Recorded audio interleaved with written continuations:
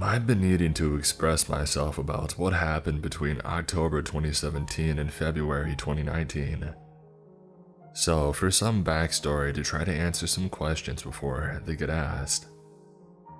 I graduated from school in 2016 and wasn't working at the time. It wasn't like I didn't try to find work. I did, I just didn't get many calls back. I had a couple of job interviews, but they all fell flat. And it didn't help that I stupidly refused to put my resume forward to the local supermarkets because most of the high school bullies work at which the thought of working with a group of people who terrorized me for 4 years, it filled me with too much anxiety. So instead, I spent most of the time surrounded with the select few friends that I had, which in the end wasn't that many at all. I was always sort of the quiet one at high school, and early on into school, I got a girlfriend. I spent most of my time developing our relationship further instead of finding friends. A mistake that I would come to regret when we split up right before high school had ended. I didn't really have many friends to fall back on. I had one really close friend throughout all of high school that we will call Sam, as I don't want to use any real names. Sam was really supportive when me and my girlfriend had broke up. He also had a great job, a really nice family, money, and friends, and at the time was a pretty good influence on me, as my parents would say. He didn't do any drugs or drink. I looked up to him as a person and a best friend. So it was a really easy decision when Sam asked me to move in with him when he had found a cheap rental property. Sam's family were friends with a small real estate agent office, so it was easy for Sam to find the place, even if it was stupidly overpriced for the condition of the house. And we were stupid and our parents just wanted us out. Sam's family believed that he was too successful for them to need to support him, and my parents and my stepdad wanted me out because he was tired of needing to support me. Again, I wasn't working at the time. Sam and I moved out with his childhood friend who we will call Blake. Now, before we had moved, I had never met him, and he was really never home because he was always out for work or he was dirt bike riding. He lived with us for about 4 months before the first big terrible event happened. Sam let 2 strangers from Blake's perspective sleep in his bed when he was away from home. Blake got home one night at 2:30 in the morning, ready for bed to walk into his room, to see 2 teenagers getting it on in his bed. And he left the next day, and as far as I know to this day, after their last argument, they never talked to each other again. So, with that brief intro, this is where I will get into the bulk of the post, starting from February 2018. At this point, I had a good source of income. I had gotten a job through my dad and was enjoying being out of the house.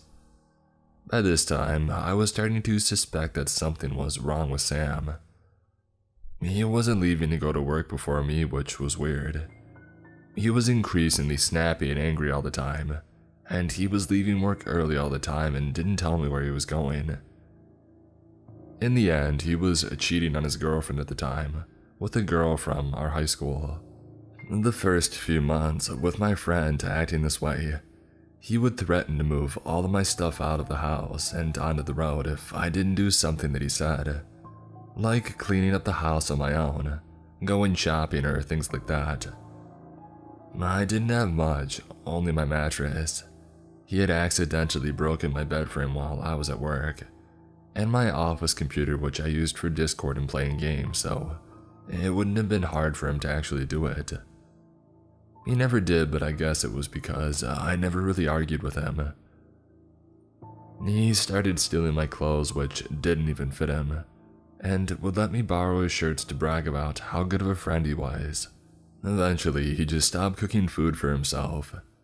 Sam's dad had given him a fuel card to use for petrol. He used to buy fast food twice a day for months at a time, until his dad cut him off from the card, in which he turned to a 2-liter bottle of iced coffee and McDonald's nightly. I understand that this was more of his business and not mine, but he eventually asked me to cover his part of the rent, as he couldn't afford bills, which made it my issue. He asked me to buy him food, and when I refused, he would guilt trip me into feeling like an absolute piece of crap, and he would block the entrance to the house or my doorway to my room. I was already really anxious since he had started getting more aggressive and angry, so I often agreed, which left me struggling with money. At some stage, he just stopped going to work. As he explained it, work let me leave early today and they said they would call me in again if they needed me. We got into an argument and I told him that he was wrong and he still had to go to work. It took him 10 weeks to call up his work, who explained to him that they had met for that day, and that they had registered him as abandoning his job, so he ended up unemployed. I tried to support him as much as he had for me during my breakup, and when I moved in when I was unemployed, but he got really mad and angry at me all the time, which he took out on me, screaming at me for being right. Because of all his free time, he started inviting the girl from high school over all the time, threatening me to keep it a secret from his girlfriend. Obviously, in the end, I didn't, since I was close with Sam's current girlfriend. I was actively trying to stay out of the house, so I only ever saw this girl over 2 or 3 times, but in reality, she was over all the time when I was at work, probably about 4 times a day. For the more tragic part of when I was living with him, he decided to buy some pets. He was given a bird from his family. He had bought a dog, which he called a Sparta, and he decided to buy a cat, which he called a Skittles, for the girl from high school, which eventually ran away. He bought another cat and called it Skittles again. And the state that this kitten was left in was appalling. When either the girl or I wasn't around, it was revealed that he would lock the kitten in a closet and only feed her when he remembered to. I should have tried harder to protect the animals in this house. I tried my best to feed them when Sam wasn't around, but when he caught food missing, he would question me. When he found me feeding his cat, he would grab me, slam me into the wall, and screamed at me for poisoning his animals. I remember that he hit me really hard. One day I came home and the bird that he had kept near the door wasn't there and Sam wasn't home. I had asked him where the bird was, and apparently it had fallen over in its cage and had broken its neck. This is where immediate panic started, and I realized that I was living with someone who was much more than depressed. Sam came home later and I was ready to explode at him. I was filled with rage and anger for what he had done to the bird. With an empty shoebox, he proceeded to go to our backyard. I followed him, and it turns out that he had the box to bury the kitten, who according to Sam had done the same thing, jumping around in the closet. I remember the way that he told me vividly. He wasn't sad or angry.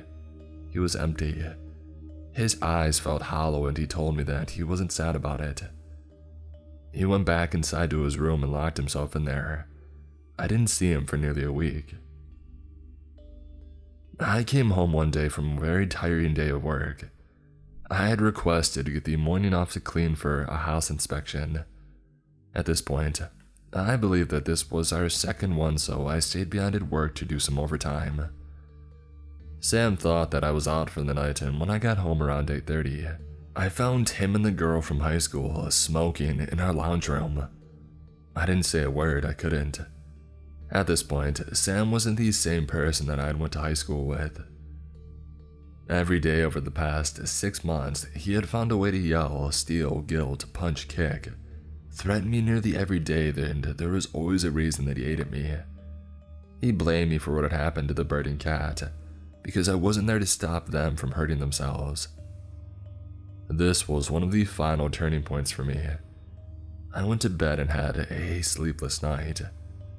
I heard Sam insult me. I heard him cheat on his girlfriend. I heard him lie about money, being employed and using everything he remembered from high school to impress her. The next day, I told his girlfriend. I stole this dog who was in incredibly bad shape, even after I had been sneakily feeding him a handful of dry food twice a day. I called the RSPCA and reported him. I emailed photos that I took of the house for proof. I used the cover of the real estate agent coming over for an inspection to protect myself from him overreacting. When I came back to collect the last of my things, which was my old PC, I stupidly entered the house thinking that our real estate agent was in there. I thought her car was there when it wasn't. I was greeted in the hallway by a shirtless Sam who pushed me against the wall. He smelled of weed and alcohol, and it was burning into my skin.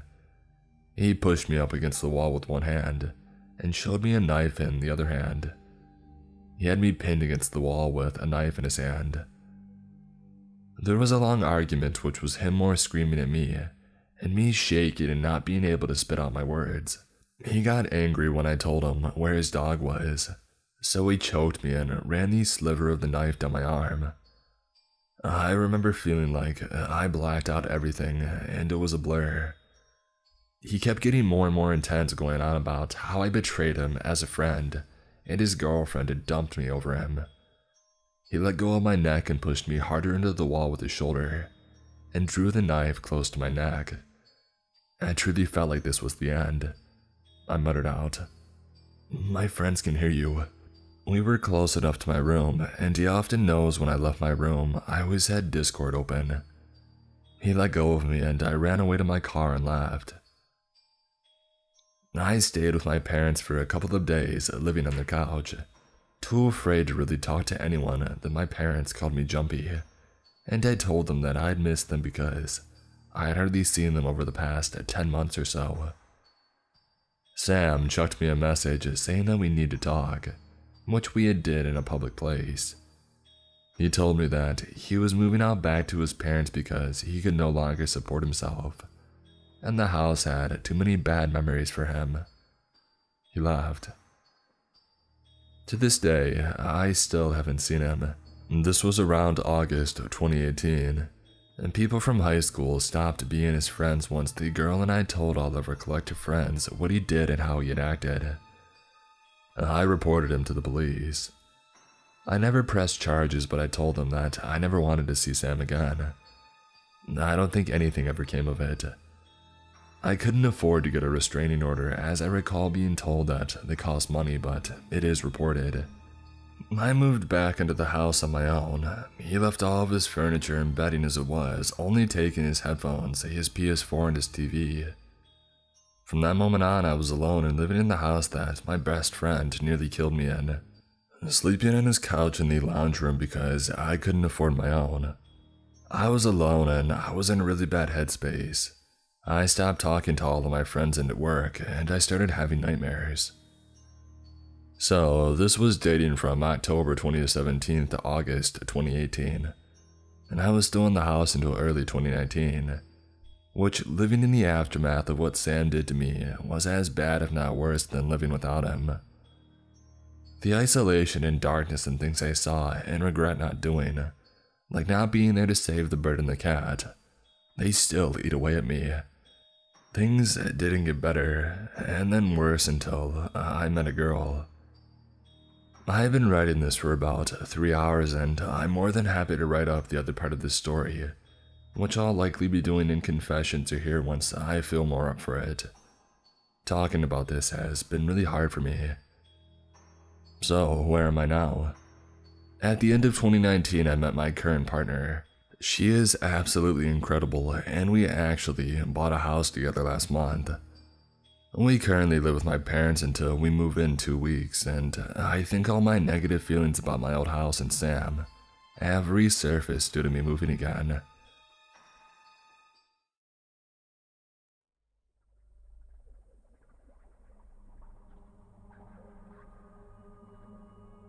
I was around 16 at the time of this happening. Firstly, I would like to explain what type of person I am, so my actions make a bit of sense. I'm an average-looking girl, a bit overweight, which for my country makes me really undesirable. For this reason, I'm not used to males hitting on me or even consider it a possible occurrence back then. You can say that I'm usually the man in a group. You know, the girl that looks after every other friend when they're drinking. And if a guy is being rude or harassing someone, I'm the one to shut him down. I don't know why I took on this role. Probably because my friends are way too naive and nice. Well, I'm like that to strangers when I'm alone. I always try to be helpful to people if they look confused, or ask me for directions or anything else. On this particular night, I was going home from school. My high school is in the city center and I take the bus home. Since the buses get overcrowded during peak hours and I really hate being between crowds of people, I normally will wait around 30 minutes to an hour to catch the next bus. This night, I walked to another bus stop around 5 stops before the one to my school, so I could kill time and take an empty bus. It was dark and I was the only one on that stop. I usually don't have a problem with going out alone late at night, as I don't have the men are bad mentality drilled into me. So I'm just minding my own business when this 50-year-old man comes up to me. He has a very friendly face and a smile, so I don't think anything is off. He asked me something when I realized that he's Turkish.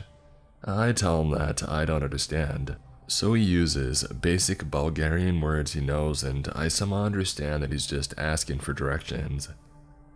Of course, I try my best to explain, and after I feel like he understood, I expect him to just stop talking to me. Nope. He sat disturbingly close to me and started talking to me again in Turkish. I try to be polite and politely ignore him as best as I can, while nodding my head with a smile, looking at the timetable. For some reason, this guy starts asking me for my phone number. At this moment, I realized that this was definitely not only a lost foreigner. I try to shut him down saying that I don't have a phone. Don't ask why I thought that was going to work.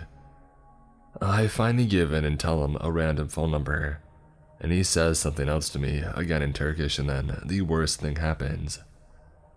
All this time, I'm looking at the 1 minute the bus will be coming in. I'm praying for him to please to not try to call the number. And well, he does. And he shows me and asks me why my phone isn't ringing. My stomach just flipped. I tried to think of something fast. And then I remembered that I had my old Motorola in my bag. I usually brought it to school to give it to teachers who collected phones during class. Also, I liked playing games on it. In 2014, yeah. Fortunately, the battery was dead, so I just pretended that this is the reason the call isn't going through. I see this guy try to argue, but at this moment, the bus comes and I get on. I sit in the seats behind the driver, as always. But after 10 minutes, I get this weird feeling. I don't know what it was, but I felt like I was being watched. So I looked around, but since I'm in the front seat, I can't exactly see everything. Luckily, our buses have this gigantic mirror on the inside that shows the entire bus. I look into that and I can clearly see him. He's sitting on the last seat, his legs clearly visible. And I start to panic. I'm still not sure that he's following me, but I'm also a very cautious person, so I can't really ignore this. I start checking for him at every stop and he's still there. I get paranoid and I say screw it and I get off the bus. The stop was at our local mall and luckily it worked until 10 p.m. I decided to go in, and if he follows then I'll try to sneak out. And he follows alright. You have to understand that in my town, almost nobody goes out after 9 p.m., so the mall is close to empty. I look around, thinking of ways to disappear on him, but there is just no way. The mall is an open space and there are 3 floors, all almost empty. I would be easily spotted anywhere. Now you'll probably say, you should have asked the security for help. No, in Bulgaria we don't do that. That literally never even went through my mind. The security is just some grandpa that walks around all day. They don't actually do work or anything. If it were today, I might not be as stupid. But back then, this wasn't even an option in my head. And besides, the security wasn't even around. So I do the most logical thing I can do, and decided to utilize the knowledge that I had acquired in the previous week. You see, the mall had a cool corridor system behind the stores. It was completely unmarked by any signs and If you didn't know where you were going, you would probably get lost. Because it's just endless white corridors that lead to empty rooms for storage or some other stuff. Well, me being an avid anime fan, I loved going around these corridors and pretending that I'm a ninja from Naruto on a mission. So I can proudly say that I learned the right path to the back stairway of the mall. Because I was smart and obsessed with the idea of being a spy, I decided to lure this creepy guy in the corridors and then just go out from the back end of the mall. I first entered H&M and pretended to look around, just to see if he was really following me. He didn't even try to hide it. He just stood outside of the store staring in. I got really scared for a second. But then I remembered I'm like the best 007 agent out there, so I just continued walking around the mall.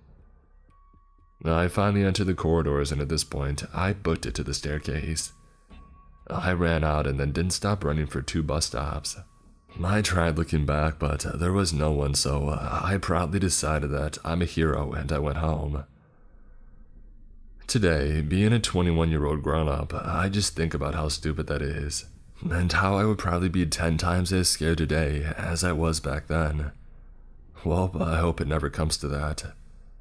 I have a lot of creepy things that have happened to me. I might get around to share some more.